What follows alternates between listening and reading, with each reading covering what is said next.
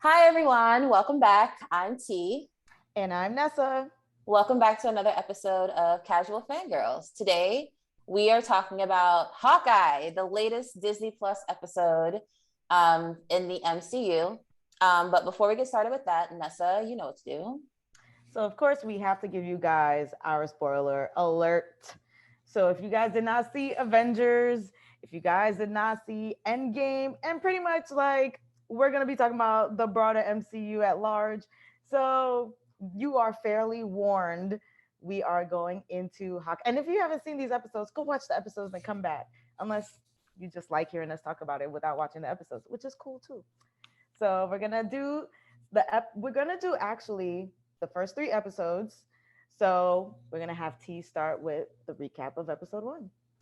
Yeah, so like Nessa said, like if you just want to, okay, so yes, listen to us if you don't want to go watch the episode. We're going to give you as much detail as we can, but you should really go back and watch it too because it's a good 3 hours of TV. So to kick it off, it's December 2024. It's important to remember that we're now in the future in the MCU. And we meet Kate Bishop, a 22-year-old accomplished archer and martial artist who was inspired by Hawkeye after being saved by him during the Chitauri attack in 2012. She's home for the holidays and learns her wealthy mom is engaged to Jack, a pairing that feels sudden and kind of suspicious. During a gala, Kate stumbles upon a secret auction where items salvaged from the Avengers facility is being sold. When a gang attempts to rob the auction, Kate picks up a suit to hide her identity and fights off the assailants. Little did she know, the suit she picked up belonged to Ronan, the assassin who targeted organized crime during the blip. Speaking of Ronan, Clint Barton is back in our lives, guys. We haven't seen him in quite some time. He's in New York City doing touristy things with his children for the Christmas holiday. He notices Ronan is on the news, and after sending his children home and promising he'll be back for Christmas, he seeks out the person behind the mask and realizes it's Kate.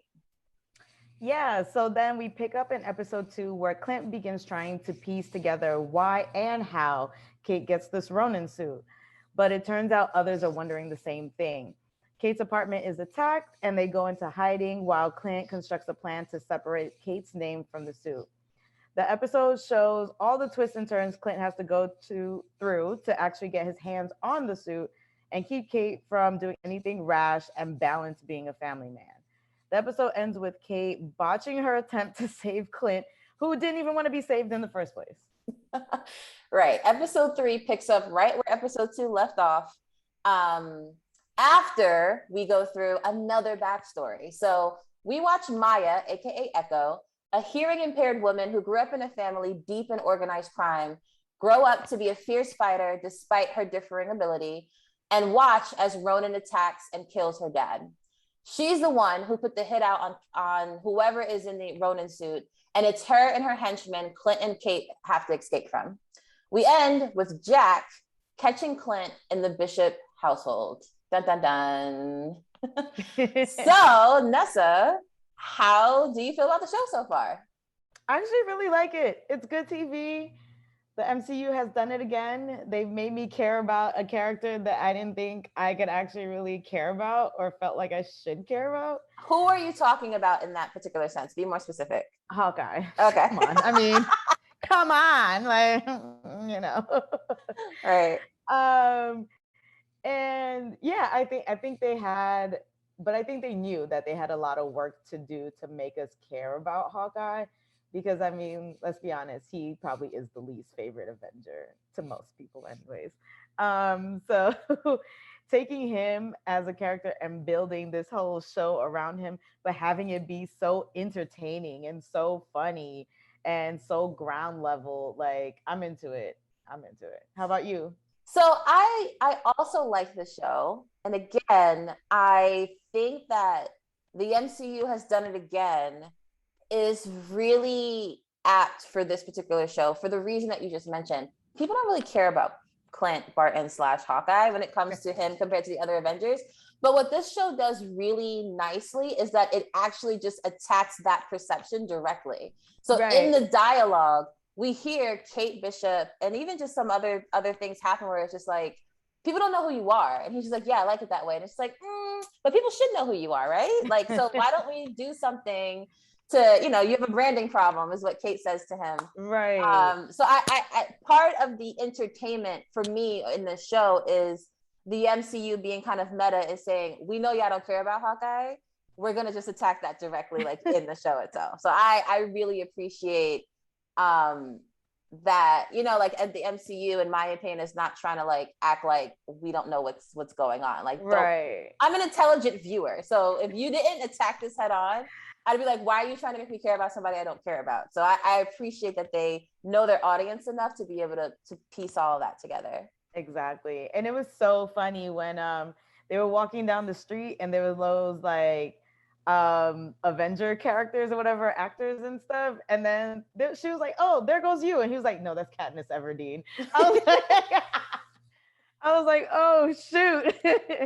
I was like, this is great. But I mean, if we really do think about it, like him along with Black Widow had to be, they were like spies, you know what I mean? At the end of the day, like, yes, Thor was this intergalactic like super warrior and stuff, and then Tony just came out and was like, screw it, I'm Iron Man, y'all, like, you know what I mean? But they were created to be in the shadows. So it's never like he sat there and thought like, oh, I need these colors, I need to brand my, I need to do. And he's the only Avenger that has like, well, for a long time had his own family. So like he had a wife to go back home to. He was not trying to be out here in these streets with his face like on every billboard. He was not doing that. So it's understandable that, you know. Yeah, and I definitely agree with you. And they even touch on a little bit more in episode 3 when Kate drafts up a quick sketch of like a new outfit, a new costume for him. Yeah. And she's like dead set on making it purple. And when I heard that, it recalled back the musical, Rogers the Musical, which we will talk about right now. And I noticed when I was watching it the first time, I noticed that they had Hawkeye in purple. And I was like, I'm not used to seeing him in purple. Like, I think his costume might be purple in the comics, but yeah, she actually drew his actual costume from the comics. Right. So he's looking at it and he's like, this H on my forehead, like this looks dumb. Yeah. And it's so funny because like that's actually his legit costume. Right. So I just appreciate again the meta likeness of what the MCU is doing with the show. So let's take it back, like I just said, back to episode 1. Right. Where, you know, we do the first 6-7 minutes is Kate's backstory. We see her, we see her parents' dynamic, we see her family dynamic. The Chitauri attack blows off half the house. Her dad unfortunately dies. She sees Hawkeye save her and himself. And then we're at the funeral and she's like, I'm going to save people, right? Yeah. Fast forward to today and we see Clint at a musical. Rogers the musical, and they can do it all day, right? Like the musical to me is probably the highlight of the episode, which might sound awful, but again with the meta commentary, I love, and we talked about this separately, I love when a show does a recap of itself within the show. It gave me very much Avatar The Last Airbender, the episode towards the end of the series where all the crew is watching a play and it's the play of what happened in the previous seasons. We also see it in Game of Thrones when Arya is watching a play of Cersei and Joffrey and that whole, all of that going down. So I love those type of episodes. At the end of it, I was just like, I want to go see this on Broadway now. It was like, it really legit felt like a Broadway number, which was like so exciting. They had real musical writers write this up. Yeah, and like real theatric people on stage performing. Like it was so great. It was so great. I loved it. But it was nice to like see Clint like with his kids, with his family doing these like touristy New Yorker type of things or whatever, right? Looking like a very much so like Christmas movie vibes. Yeah. And then when he goes to like the urinal and it's like Thanos was right. Like I just like I was like, bro, he might have been, but you know, I mean, kinda.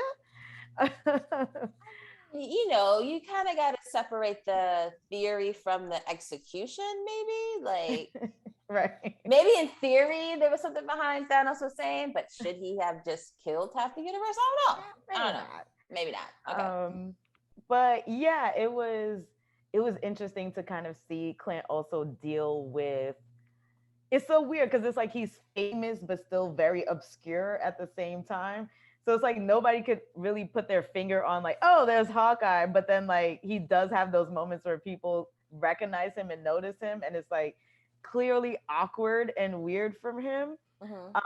Versus like some of the other heroes that we have who like really thoroughly embrace it and love it. He's just like, I'm just here to watch it play. But we do also find out that he is now hearing impaired, and has to wear a hearing aid now. So, which I thought was actually great because it's like, it's, we have to, I think a lot of times when we watch these movies, we get so caught up in like, oh, all the action and the greatness. And we never really think about like, especially the human characters, when they go back home. Yeah. Like when the mission is over and they go back home or they go back to their daily lives, what is their lives really like? And like half these mofos really should be deaf. Like for real. Like, bruh, like I think Hawkeye might be hearing impaired in the comic books, I believe. Yeah, he is. So it's nice that they finally brought that into the storyline. And I think they pieced it together seamlessly. You know, like, why did you lose your hearing? He's like, oh, I don't know. And then you see like the montage. That was so great. That was so great. And it speaks to like the overall tone of the show, which is like, we're doing a comedy. And I like that. I like that they're not taking themselves too seriously, and like they're just having fun with it and having a good time. It's not too dark, it's not too gritty, but it's still like a lot of fun going on. Definitely a lot of fun, but there's also some heaviness to it, especially when it comes to whenever Black Widow is brought up or we see her like on the musical. Like, it's clear that Clint is still very much dealing with losing his best friend in different ways. Right. So I think that is going to be a lot of the heavy, more drama, more serious like undertones that we'll see in the remainder of the show. Yeah. Definitely. So how did you feel about Kate's intro into the MCU? I loved seeing the Chitauri attack from a innocent bystander's point of view. We got a little piece of that in Endgame when the crew went back to 2012 to get all the stones. Yeah. And I think it was either Tony or Cap who told Hulk, like, you know, you could bust up some stuff on your way, like downtown to Bleecker Street. He's like, ah, you know. But even him doing that, like, you know, they were in the back streets of what was happening. And even seeing that was kind of like, oh, like this is probably what this would have looked like if I was like hiding out or anything like that. And then seeing it, you know, the Bishops live very nicely. They are a block away from Avengers Tower. Girl, let's talk about it. That house. Even Clint was like, I'm in the wrong business. Yes. What y'all do out here? When she was like, because in the third episode, she's like, oh, my great grandfather built this. I'm like, oh, y'all got money. Yeah. Which is really interesting too, because, okay, yeah, their great whatever grandfather built the building. So yes, it's money from that. But it looks like the family business, being security, is also fairly successful. And when Clint was like, I'm in the wrong line of business, I was like, but you're kind of in the same line of business, though. You're just not getting paid. To be in the background. He said, I need to be behind the desk. Right. Out here putting my body on the line. Right, absolutely. So I enjoyed seeing, I enjoyed that they used Kate to give us that perspective of like the Chitauri attack. I also thought they did a fantastic job of establishing her personality, her mom's personality off the gate. Like, in 6 minutes, we knew exactly what we were getting from both characters. And I thought that was fantastic. Yeah. And then honestly, her as a 22-year-old is kind of freaking annoying. Like, I'm annoyed watching her on the screen. I'm just like, shut up. You're so young and stupid. Stop talking. That's the whole point. Yeah, because we were all like that. Right. on some sort of level. Yeah. So it's like it's fun watching her, and it creates this great contrast of like Hawkeye, who is, or Clint, who's this old, washed up, tired Avenger, Tired. and like Yeah. Kate, who is this bright, doughy eyed, like, I want to be in the fight. I want to do this. Like, after the Chitauri invasion, my girl turns to her mom and says, like, I need a bow and arrow. Which I'm not gonna Now, lie, let's they go. they made Clint look real cool, man. But I mean, When that was the that same flip scene. Yeah. and That hit was, that arrow. yeah. That's like one of my favorite, I watch the Avengers movie all the time. We're not gonna talk about that. But that's one of my favorite parts of the movie. That's like I don't want to say his one shining moment in the movie, but that is definitely a highlight of the movie Yeah. for them. And we see it again in episode 3 off the bridge. And it's like she's committed with him, which I really, really like. So I think Kate's cool, like she's definitely at a place where it's like, okay, obviously they're gonna have this character grow in some way, shape, or form over the course of this series, and that's gonna be cool to watch. Mm-hmm. But honestly, because we've lived with Hawkeye now for over a decade, right? We know who he is. So even in the scenes where they're together, it's like, oh, Hawkeye, I feel you. Tell her to shut up. Because I just know how you feel. Like, because I'm you. I've been with you. I understand your character. And when she says that, I'm like, Hawkeye's going to want to tell you to shut up because I just know him by now. Like, we're best friends and you're annoying him, so stop. So anyways, that's how I feel about Kate. I'm excited to see where it goes, but I think she had a great introduction. I think they did a good job of establishing like her skill set. Mm-hmm. And I appreciate that we didn't have to do like a whole Rocky type montage. I know. Watching her do all these things, it was just like seamlessly blended into the credits where it's like, oh, you see her win all these trophies and she learns to shoot a bow and arrow, but she also does fencing and she's got the basics down. And so that way when we get into the episodes, like, okay, we understand why she's this good. Like, we don't have to do the whole thing, which I appreciate. They had a lot of groundwork to cover, and I think they did it very quickly. Oh yeah. And very well. So it was like clear that, daddy was like best friend and her and mom kind of had this, I don't know, weird kind of relationship. Mm-hmm. But then they had to end up leaning on each other when the dad dies. Dies. Because I'm just saying, we didn't see a body. I'm just saying. But we didn't see a body. You're right. I just feel like if Marvel gonna kill off somebody, you gonna see that body.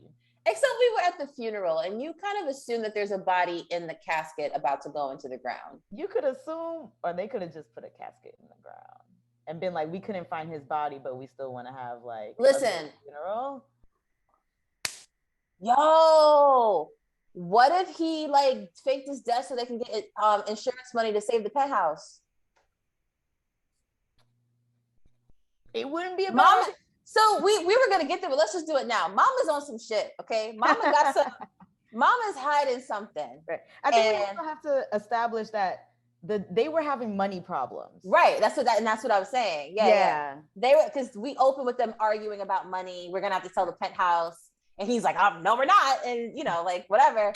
And the opportune moment of like, oh, I can fake my death and y'all can get my insurance, the life insurance money to save everything, and I just go off and disappear for a hot second. I don't know. It could be. I don't know. I don't know. Just throwing it out there. We ain't seen a body, so we did not see a body. Maybe he's somewhere in the background in the shadows. Who knows? But yeah, so you're laughing because now I'm going to be stuck on that. I'm like, who else did we meet in the first episode that could be her dad on the low? Like, that's where I'm at right now. Yeah. Go ahead. Yeah. You're welcome. Or is he the one that's trying to get the watch that the Tracksuit Mafia was trying to get their hands on? And what's up with that watch? Is it a time turner watch? That's what I assume. Yeah. So when we jump ahead into the future, we see that they have their security business. It's thriving. They're doing well because they still got the penthouse. Mama's looking good. She dressed up, honey. She, living her best life. Got a new boyfriend on her arm. Everything. Well, new fiance. Much to Kate's chagrin. And so Kate's actually back in the city because she destroyed a bell tower on a dare. Shouts to her friends for running away and saving themselves. I like that. The black girl said, "We out." You got this, right? We out. We gotta go. All right. And I love that. Yeah, so she's been kicked out of school, so she has to come back home to the penthouse to spend who knows how long. But so they go to a gala, and in the gala there is a secret auction going on, right? Stuff that they've pretty much like scavenged from the Avengers compound. And so in there's the Ronin suit, the Ronin sword, there's the watch. I don't really remember too many of the other items, but those are the main items that we're supposed to be paying attention to. Can we just talk really quickly about the fact that people are scavenging Avengers items? Like, I mean, how do you get surprised? I don't know how they got it though. Like, that's what I'm saying. Like, how do you get your hands on old Avengers stuff that was on the like nobody did cleanup after Thanos destroyed the compound? Or maybe it's like a Vulture situation where it's the people who were doing the cleanup who's like, I'm gonna just take this right here, sell it on the black market, make a few bucks. So but you would think that they would have learned from Vulture, right? Do they ever really learn? Whatever. Now I'm annoyed because it's like I don't understand how you first of all, how did Captain America get back on the Avengers facility without nobody watching him when he showed up as Joe Biden captain, right? Like, what is the security like on the compound? I like how this always makes its way into all our Marvel. Like, we'd be like, but what about Rogers going back in time? Okay, well, we don't have to do that now. Okay, yes, the secret auction. So yeah, you've got all these like sketchy rich folks in the basement like betting on these things on the black market, and then we get the intro of the tracksuit mafia and all the bros like come through and basically trying to steal the stuff, but seem more focused on getting this watch, right? Why is this watch so important? We have yet to still learn. And Kate puts on the Ronin suit and starts fighting. So now people are starting to think, and then runs out into the street in the suit. Such an idiot. She's such an idiot. Runs out into the street into the suit and is seen in it by everybody. So now everybody's like, oh shoot, is Ronin back? So now everybody like in the underground like crime rings are all shook up because they think that Ronin's back and he's about to start chopping off heads. That's all. Now I'm just like, why did Clint not know where his suit was? Maybe he still thought it was in the compound somewhere. I don't know. You didn't check on that? Like, what? He got a family. He ain't worried. And if I was a master assassin who made hundreds of enemies and I had a family, I'd make sure no one could tie that junk back to me. He should have really burned it, honestly. I don't know why that thing is still in existence. Like the sword I kind of get, but like that suit should have been burnt for real. Like, can he burn it? Because it managed to survive the fire in her house. Maybe it's like flame retardant. I don't know. and let's just go back for a minute.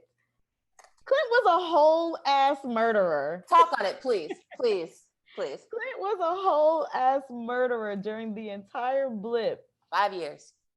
And nobody gave a damn.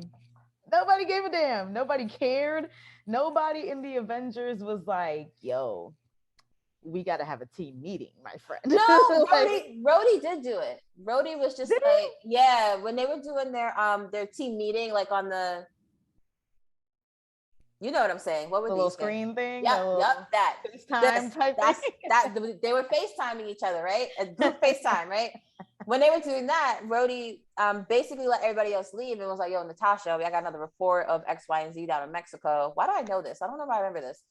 Down in Mexico, we gotta do something about it before you gotta get to him before we get to him or whatever. And she was so they was trying to get, but then Rhodey was always working for the man. So I mean, Rhodey always played that like double. I don't want to say he was like double agent, but he worked for the man and tried very hard to warn the Avengers when they were like stepping into like territory. He walked that fine line. He tried his best to support both sides. I'm not even mad at him. Yeah. But yeah, I say that to say that like Rhodey was just like, you get him or I'm gonna have to get him, and I don't want to get him, so you go get him. But still, either way, they were just like, but we gonna let him go. I mean, he's doing the Lord's work, honestly, right? Like, which is why nobody said anything. Not the Lord's work. I mean, listen, some of them people could have just been like low level and like just happened to be there at the wrong time. Like, dang. But anyways, yeah. I always hold like a little grudge in my heart for that part that like they just let this man, like they just let this man waltz back in with like no consequence. You know what it was too? That's I think what's really like infuriating about that whole situation is that for some reason Hawkeye thought it was okay for him to take out his pain and anguish and sorrow on hundreds of other people by killing them, when like he was the only person on earth who lost their entire family. It's really that. It's like, and I don't want to get into this like this meta thing, but the entitlement there of like, oh, I'm hurting so much, I have the right to hurt other people because I'm hurting. Dude, millions of people are hurting just as bad, and no one else went out and killed a bunch of people. You got issues, and someone needed to put his ass down. I'm sorry. Him and Scarlet Witch, yo. Right? Right? Deal with your grief, man. I mean, like, superheroes, I'm gonna need y'all to find better coping mechanisms because this ain't it. Right? Because like you said, it's not even like he was arresting them or tying them up and letting the authorities deal with it. He was judge, juror, and executioner, and that's not cool. Nope. But they let him live. You know what? Now I'm mad that they let him live. That they let him live in Endgame. It should have been him. It should have been him. You're right. I've been saying that for how long though? The wrong person. It took me a while to get there. Nah. But, he said it himself. He's like, you know what I've become? And I'm like, yes, go. Like run off. Like, do you want me to give you a head start? I could push you. Like, what do you want? What do you want to do this? Like, how do you want to do this? Because you need to go. Anyways. Right. So, of course, all of the media coverage of Ronan being back makes its way to Clint, and Clint is like, oh shoot, now I got a mess I gotta clean up. And so he sends the kids packing back to Iowa and makes the promise that he's gonna be home for Christmas, which I believe is in 6 days in the first episode when he makes that declaration. So and sets off to find Kate, right? And that's when our two Hawkeyes meet up for the first time, their intro. And I love their dynamic. Like I said, having the old washed up with the new bright-eyed. It's like when you've been working a job forever and then like that new employee comes in and they're like, oh my gosh, I'm so excited to join the team. So what do you guys do? What's going on? And you're just like, girl, you're going to find out. You're going to see what it's all about. Definitely. I definitely feel that. Yeah.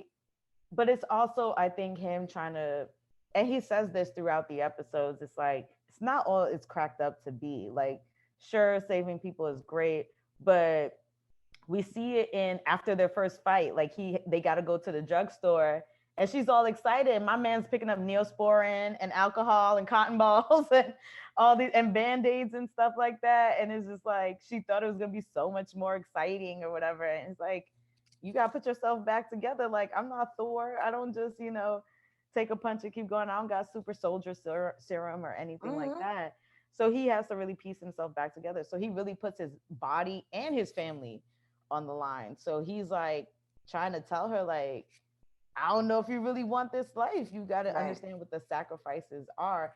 And she's yet to really understand fully what comes with being an Avenger or being a hero or anything like that. I mean, like her mom said it best. She was like, you're young and you're rich, and that's a recipe for disaster. Like, you are going to learn that you're not invincible, basically. Right. So, as soon as her mother echoed that line, I'm sure everyone was just like, okay, yeah, like that's going to come back around at some point, right? Of course. So she's definitely, she thinks she can do any and everything. Like she immediately just thought, she's like, oh, is my training going to start? He's like, training? Can you go home? Right. He's like, I'm gonna take care of this, but you can go. Yeah. But yeah, so and then so now basically where we're at is pretty much in episode 2, like after they meet up and fight off the tracksuit mafia and everything like that.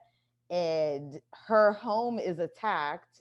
Oh yeah, and then we have the dog. Oh yeah. Pizza dog. Shorty's got a new pet. Um, but yeah, who comes into her life randomly. But her home's attacked. They have to go into hiding. And he's just like, I'm gonna take care of this. You need to chill out. And basically tracks down the suit and finds out that a firefighter pretty much swiped it during the fire and has to go to a LARPing event to go get it back. For those of y'all who don't know, LARPing is live action role play. I've never done it before. I haven't either. But it was. Would you? Would you do it? I would. I think I would. But would you? So would it need to be like a certain like quest that's happening, or like a certain world that we're in? Because I don't think, each event. My assumption is that you put, it's like Dungeons and Dragons, but in real life, right? Like yeah, you make everything up. Yeah. So it's like, would you? It looked like they were doing just like medieval, just like anyone, like free for all, grab a sword, grab a I would costume. want it to be like a storyline quest kind of thing. Like I would need it to have some sort of direction and focus. Like you guys are trying to get this, or whatever, or you're trying to go here. It would need to be a mission type of thing. Yeah, but put me on a mission, but put me at Hogwarts. Fair. I want wands. A LARPing of Hogwarts. You're dead. I just did a Vada Kedavra. Lay down. You gotta say it like you mean it, though. Yeah. That's so funny. So that was actually, it was fun to watch because once again, tired ass Clint is just like, I gotta participate in this just to get my suit back. And it's so like, he's an actual real fighter. So to be sitting there and like pretending just to get this suit back from the dude who we find out is named Grills. First of all, I'm mad they named the black man Grills. I'm mad at that too. Second but of all, I actually thought when you said grills, it made me think of the huge grill that's on the front of a fire truck. Oh. So I was like, maybe it could be a play on that, but also just grills. But that's what I thought. That's what was like in my mind. Yeah. And then second of all, it was the black guy who stole something, and I was just like, bro, are we doing this? I mean, are we going here? We're going there. He saw an opportunity. And then posted about it on Instagram. Like, y'all was getting at me about my old outfit. Now watch me now. Come watch it. Like a dude would. Like a dude would. Can we just highlight like how good it felt to see Black people geeking out on screen? Yes, I loved it. I thought that was great. As soon as he walked up and I saw the Black woman at the table being like, it's LARPing. Like, what do you mean? Like, sign up or get out of here. I was like, yes, tell him to get your face. I love it because we love to see, Black people in more geeky spaces being our authentic selves. And I loved it. Like, it was just him being free. LARPing in the woods. Yeah, and Grill said to him at the end, he was like, you have no idea like what this has done for me, Yeah. And like said his thanks, gave his gratitude, and then it's just like, you're glad you did it, aren't you? And Hawkeye was like, yeah, I'm glad that it was kind of cool. Glad that he did it. Yeah. Duel, that was funny when the guy in the background was like, shing, shing. I was weak. I was like, this is too much. The humor in that was so great. I love time. I love that part. But yeah, so he eventually gets the suit back. But of course he's trying to find out like who's behind the tracksuit mafia. Why are they, doing all these things? So he stages his capture just to find out intel, right? Because again, we gotta remember he's a super spy. But he does. Like but here's the thing. Picking up off that, we learned that that's his plan because he calls Right. First, he stashes the suit, which I had forgot about until just now. Yeah. That he stashes the suit in a locker somewhere, and they made it. The camera pans on the lock for some reason. Yeah. A little bit. I noticed that. I was waiting for it to see us that he didn't lock it, or for someone to be watching him or something like that, and they never like came back to that. But I picked up that the camera was lingering on the lock.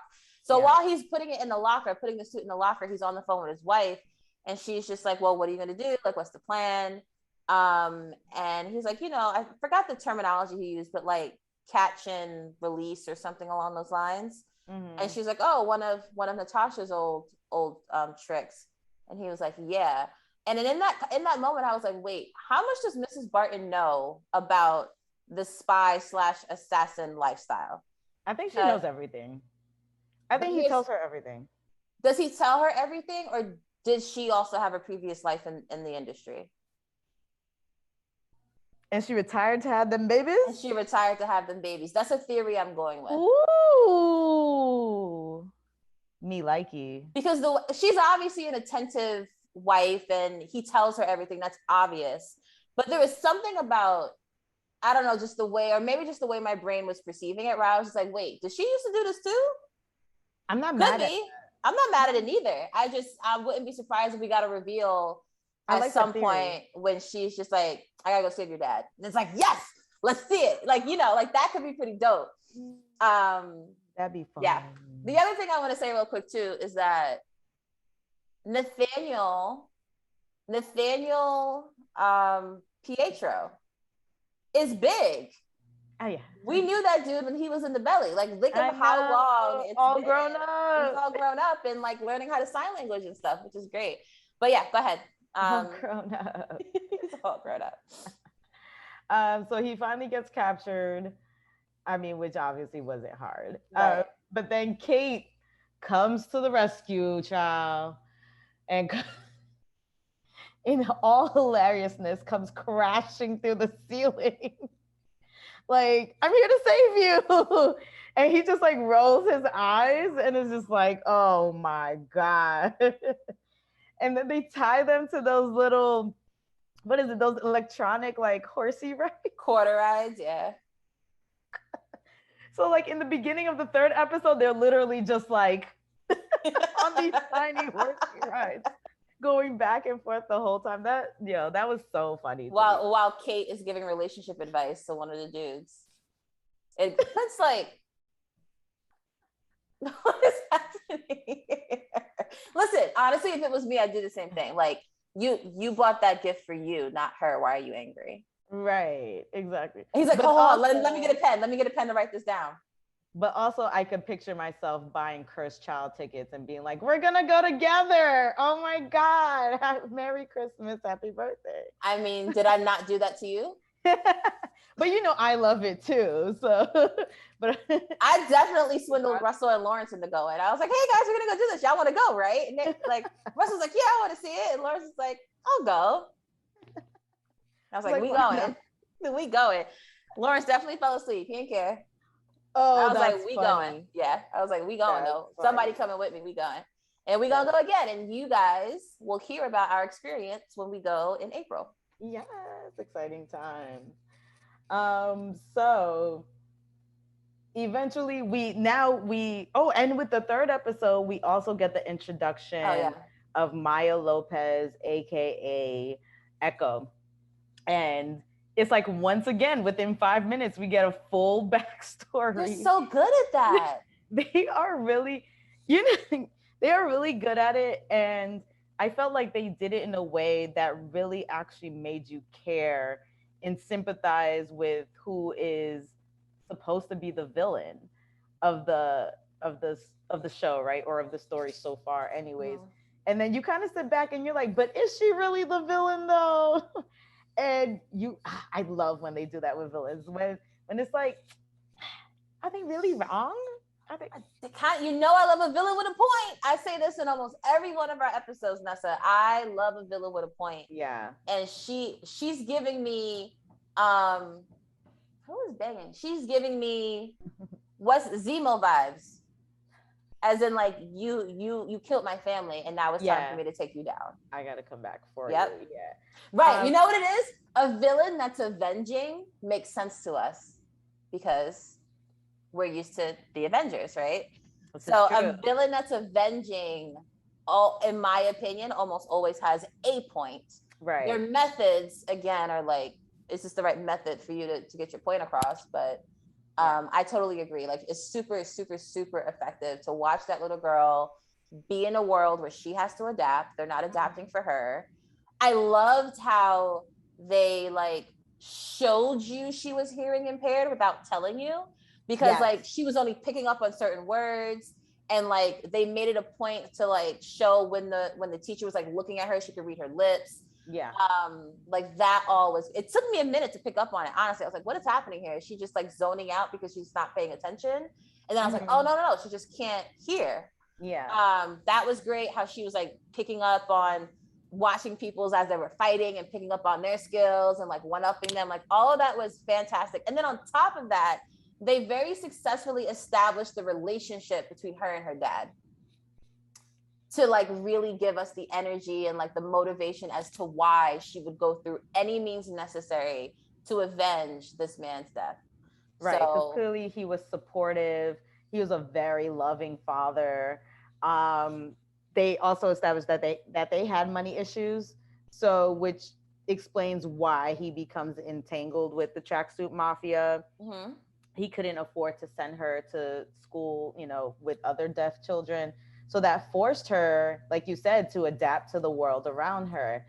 And the whole show don't tell was particularly great for this character because it made us care and sympathize even quicker. Because it's like they made us feel what she felt. Mm-hmm. You know, you felt like you were the little girl walking up to that big kid. You know what I mean? Or you felt like you were the kid in the class who was like, I can't hear, but I still got to do this schoolwork and I still got to follow and know what's happening. And it almost feels like she has kind of like Taskmaster kind of powers or vibes or whatever. Because it's like she can see something and then like mimic it or figure it out and then really quickly. So like when she's watching the kid doing the karate, like she looks at his move like once. And then when she goes up there, dad's just like, you know, worried about speed, not power. And then when he tries to bust out his move again, she's just like, ta, ta, ta, and like knocks him to the ground. And I was like, ooh, nice. And then we see her older, still whooping ass and taking names. Mm-hmm. What I did not know is that she has an amputated leg. So she has what is it? Prosthetic foot. Yeah. So that I did not know about her character. So I was really surprised to see that too. But I was just like, dang, she's just out here killing it. And as she's older, we do see that Ronan is the one who kills her dad. So now she's like hell-bent on like, I got to get revenge once she sees Ronan pops up. Now, so in the comics, Ronan is almost like a mantle versus like, oh, Clint created this character, this alter ego. And it almost kind of made me think like, was it Clint in the Ronin suit who killed her dad? Could it have been somebody else who was maybe donning the Ronin suit before? How I would need to understand how they got their hands on it in the first place. That would be the question. And like that dude, they were busting ass, right? Like we've seen Clint as Ronin in Endgame do all the things that we saw this Ronin do to Echo's dad. So I would need a lot more evidence to suggest that Clint wasn't with the suit at the time. Also, like, what is that suit made out of? It's like an impeccable condition. After going through the right. It withstands fire. It made it through the wreckage of Thanos blowing up the freaking Avengers facility. Like, what is that suit made out of? And how did he get his hands on the material? Because Tony didn't help him make that suit. Who knows? Different speculation for another day. Totally different speculation for another day. But in any event, yes, Echo is like hell-bent on finding Ronan now that Ronan's back in the limelight, right? And so we find out her and her, like, her main henchman, I think is Kazi, what's that about? Like, are they related? Like, what is that all about? But what really stood out to me was the fact that Echo kind of, I read it as her assuming that Clint wasn't Ronan. Yeah. Like the way she was interacting with him is just like, why are you here? Not like, oh, he must have something to do with Ronan for real. Yeah. She was just, I think that plays into the pretty much reminding the audience that no one really knows that it was Clint being Ronan except for some of the Avengers and stuff like that, right? Nobody really knows. So I think to her, it's just like, you're an Avenger. You would never do anything like that type of thing. Right. And he's just like, well, Black Widow killed him.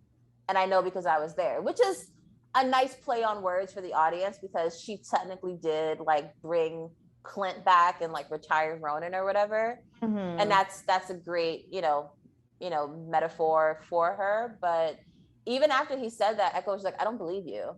Right. Because, like, I was there. How are you going to tell me I was there? I mean, but she right, though. It's the truth, but it's not the full truth. It's not the exact truth.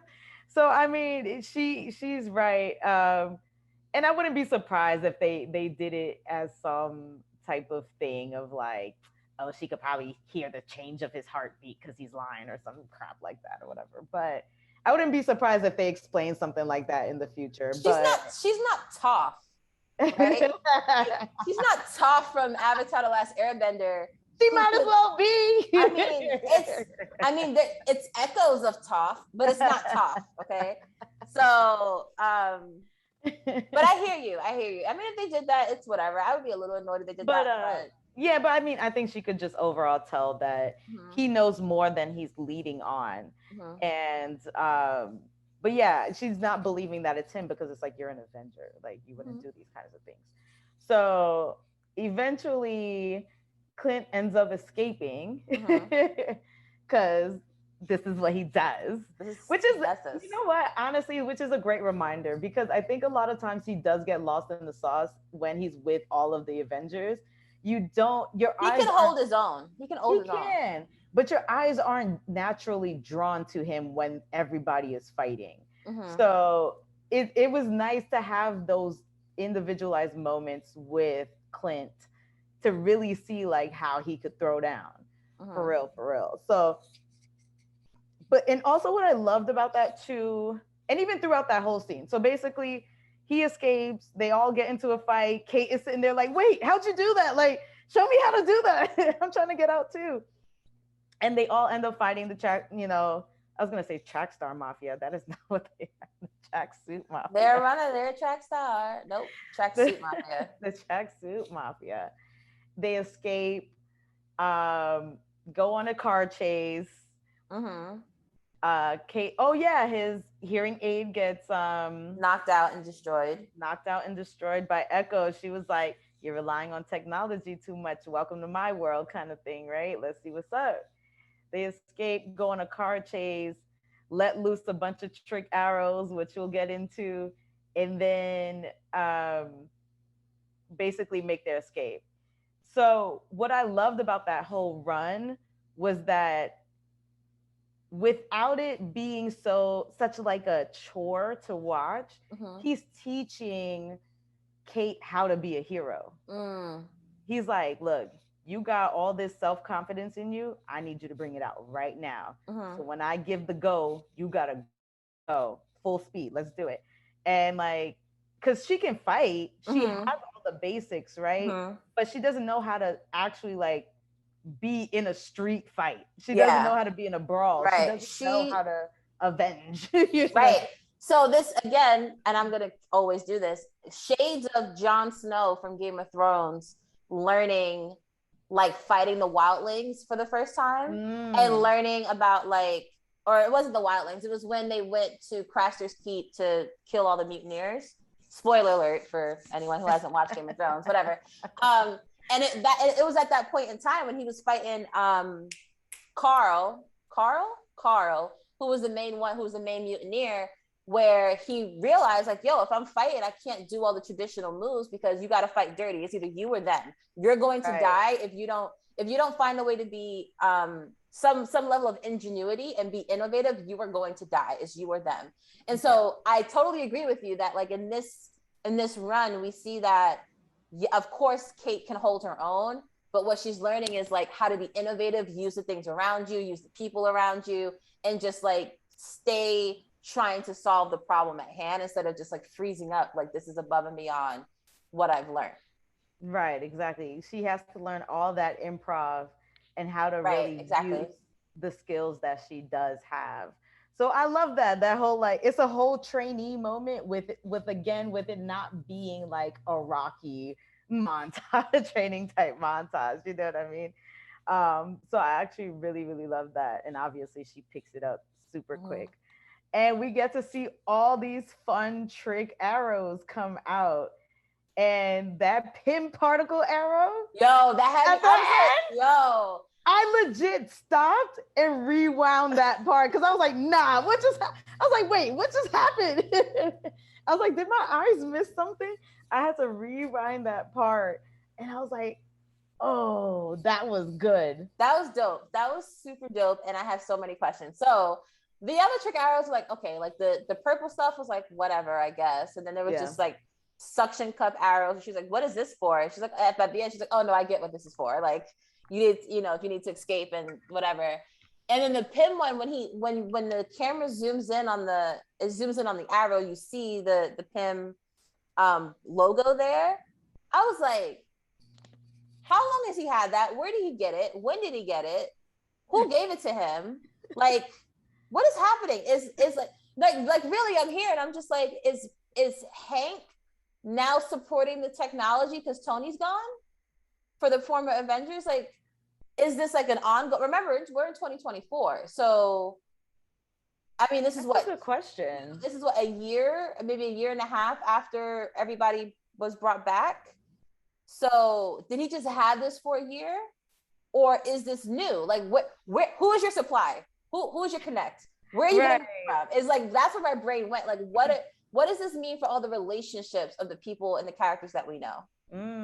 This is true. But I got super hyped too when it got big and like came down. I was like, that looks so good. I was like, y'all did that. Y'all did that. And then of course, after they escape, once again, Kate gets to see the cost of being an Avenger when he has to call his family, and he doesn't have the hearing aid, so he can't even hear. Like, he can't hear his own child on the phone. And I'm not even gonna lie, that was really heartbreaking. It was really sad. Yeah. That she had to stand there and like write out what Nathaniel was saying and everything. And you can't hear your own child, and you have to be like, you have to read that they're so disappointed in you, because the mom is with the, she with the shit. She's like, listen, if you don't make it back for Christmas, it's cool. Like, I get it. This is the life. But, for a young Nathaniel, he's just like, but you said you were going to be here for Christmas and it's not looking like it, Pops. Like, what's going on? I thought things were supposed to be different, kind of a things to. But I mean, it was disappointing, but he didn't say that. What he said was, if you can't make it for Christmas, it's okay. Like, he's already resolved that his dad is not going to make it. And that's what's sad. For Clint to be like, well, damn, like he's already given up on the fact that I might not make it. So it was sad to watch. It really was. Yeah, that was tough. So it was another, example for Kate to see, like, these are the sacrifices. This is what you may have to give up, or, things that can happen. Right. And then they go to what looks like Chinatown in the city. And they get Shorty to like fix the hearing aid. Yeah. It was like, you're the doctor, right? I need this fixed. And she's like, give me 5 minutes. Right. Cash only. Cash only. I got time for this. Cash only. Which is great. But yeah, I mean, and then right after that, we see the scene of them in the diner, and she's just like, oh, like, here's a new costume. Like, Kate is watching the toll that it takes to be a superhero, but she's not letting it dampen her energy. Like, not at all.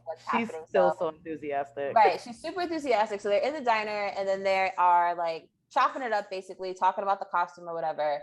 And then she's basically just like, we should go back to my mom's place, hack into the security system and see what we could find on the tracksuit mafia, specifically the Kazi dude, like Echo's right hand. And then they make their way back, and that's when Clinton's just like, "What? How do y'all have so much? Wait, what? I save people's lives, and I don't live like this. What are y'all doing?" My man walked into the foyer and was like, "This how y'all living?" You know, he's like, "This is nice. Ooh, it don't even smell like roaches or nothing. This is you." This all you. How much y'all pay for this? And my girl is like, oh, my great grandfather built the building. And it's like, y'all got money. Oh, money. Money. That was so funny. You got money. Right. So while Kate is like breaking into her mom's system and she realizes at some point she can't get past a certain firewall, which she thinks is weird, Clint is like looking around, and obviously I think he heard the door, and so he like went to look, and he was creeping for a reason, because I think he heard that there was someone might be in there. Only reason why I know that is because I watch with the subtitles on, and it said like door creaking, so like he heard, or maybe I'm assuming, I don't know if he had his earpiece in, whatever. And then he walks right into his own blade. Did you realize that Jack, right? Yeah, got the rodent blade on him. Right. And that's where the episode ends.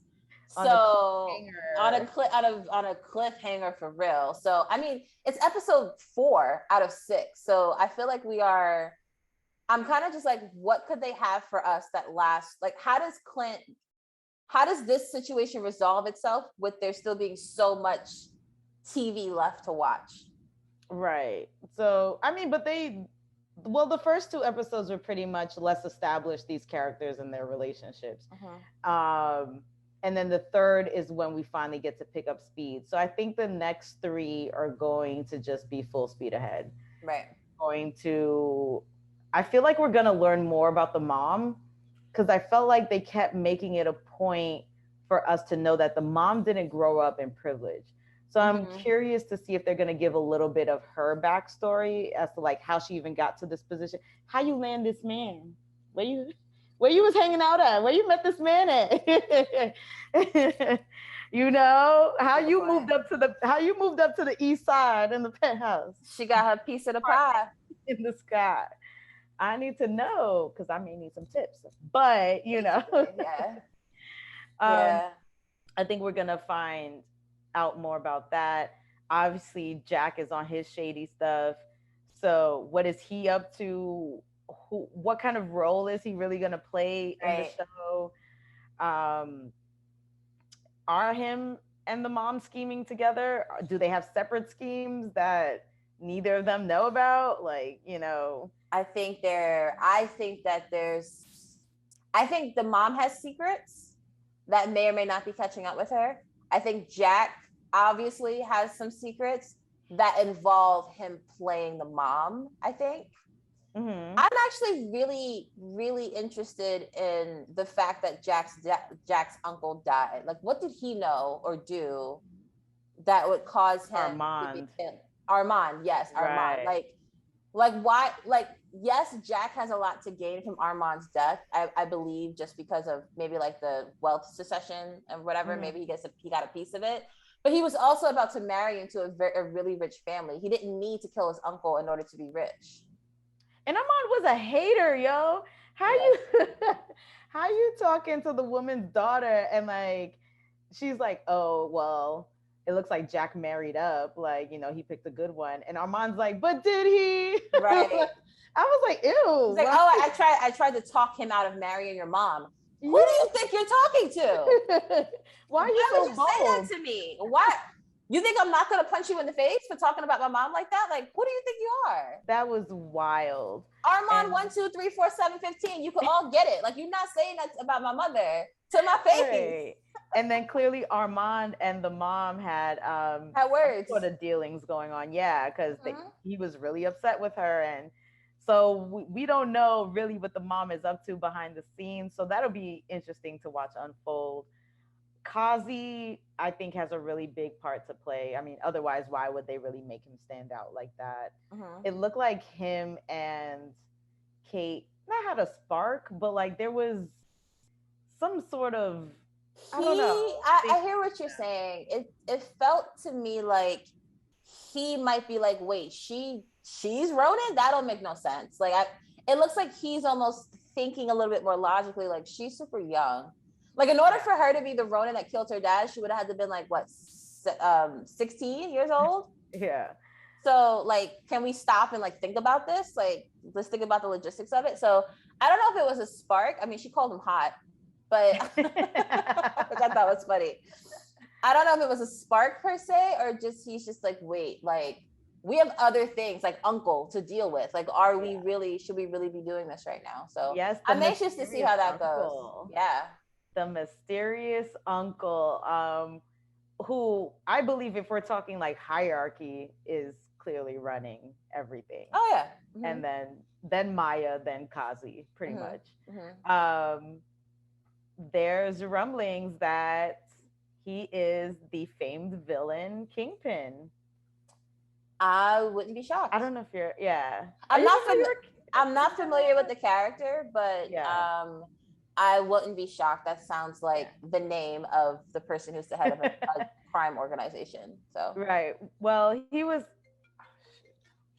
in the Spider-Verse. Into the Spider-Verse, if you've watched that. Oh yeah, he was the main villain in Into the Spider-Verse. I do remember him. He also plays a big part in Daredevil, and all of that kind of stuff. So he's a really big villain in Marvel. So it's and I think people are excited about it because it's like, who else could we bring in if we're bringing in Kingpin, right? Because if he's got connections to people like Daredevil and Spider-Man and all that kind of stuff, like who could really drop in? And we do know that Echo's getting her own show on Disney Plus. So we could be seeing more of him. How are they going to bring him into the fold? What role does he have to play? That should be really interesting. It should be. And I think the fact that she's getting her own show kind of tells us she's probably not a true villain. For a lot of different reasons. Like, Disney's not going to, I would think that they wouldn't make one of their first like real representations of like hearing impaired and people who are missing limbs be a villain. Like, you have children and people who resonate with those characteristics, and why would you automatically make them out to be a villain?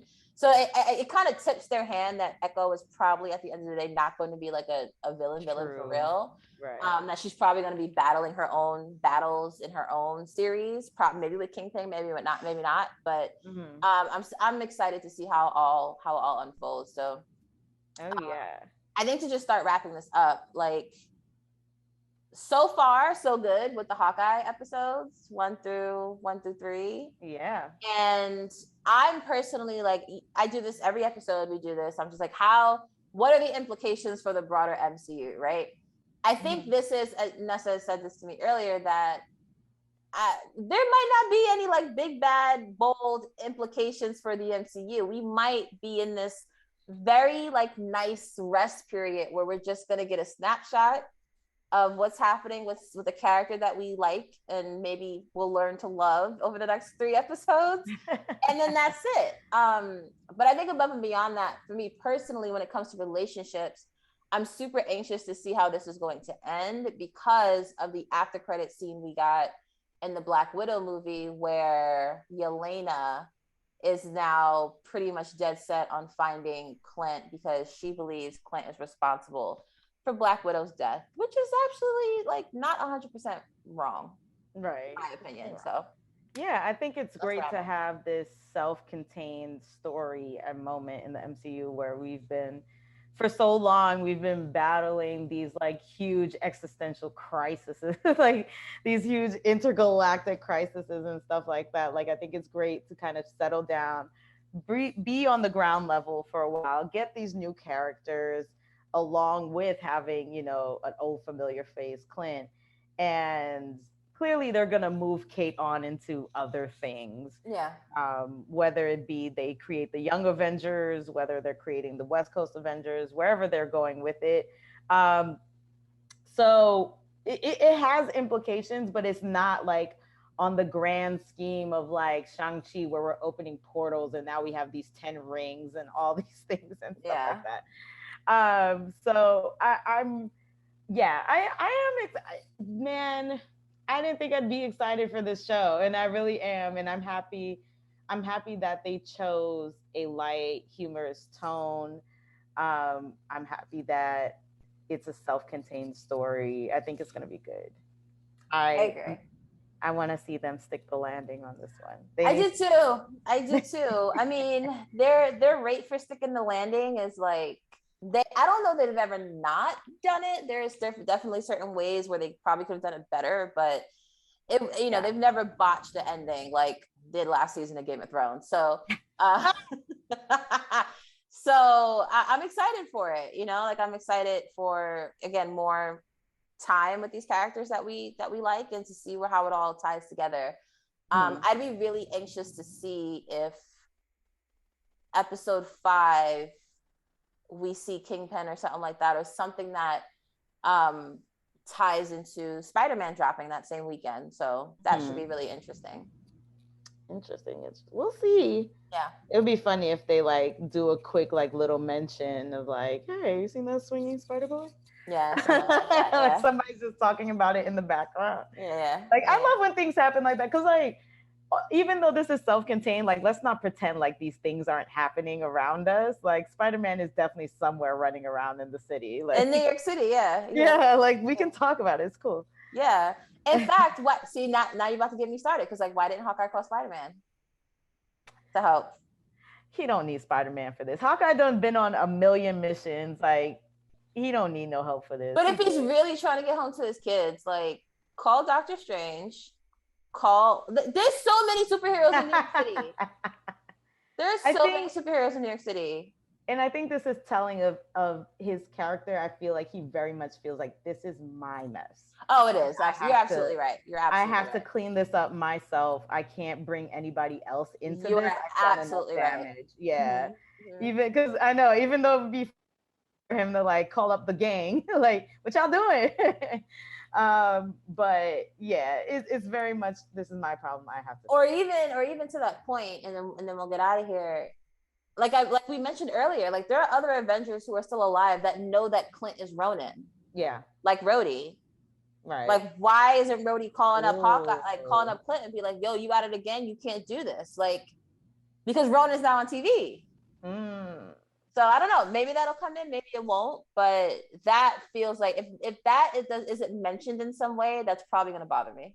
Yeah. We'll see. But it's been great. It's been a good time. Let's close this sucker out. Right. So thanks for discussing this with us. Thanks for tuning in. With this episode, we did episodes 1, 2, and 3. We are probably going to see you in another couple of weeks and do the later half of the series of this season of the show.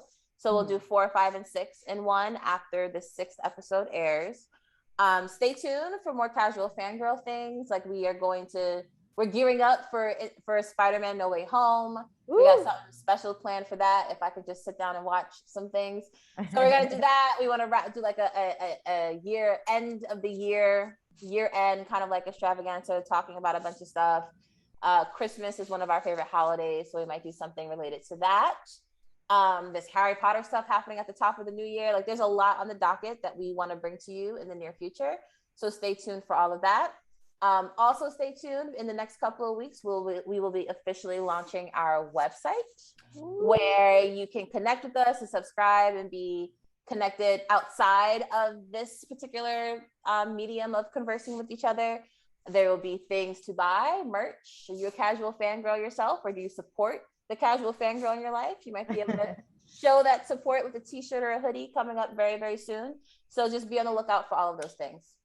Awesome. Yes, make sure you guys follow our socials at Casual Fangirls _ Instagram, YouTube, join in, chat, all that good stuff. We will see you guys really soon. We are signing off. I am Nessa. And I'm T. And together we are the Casual Fangirls. See you next time.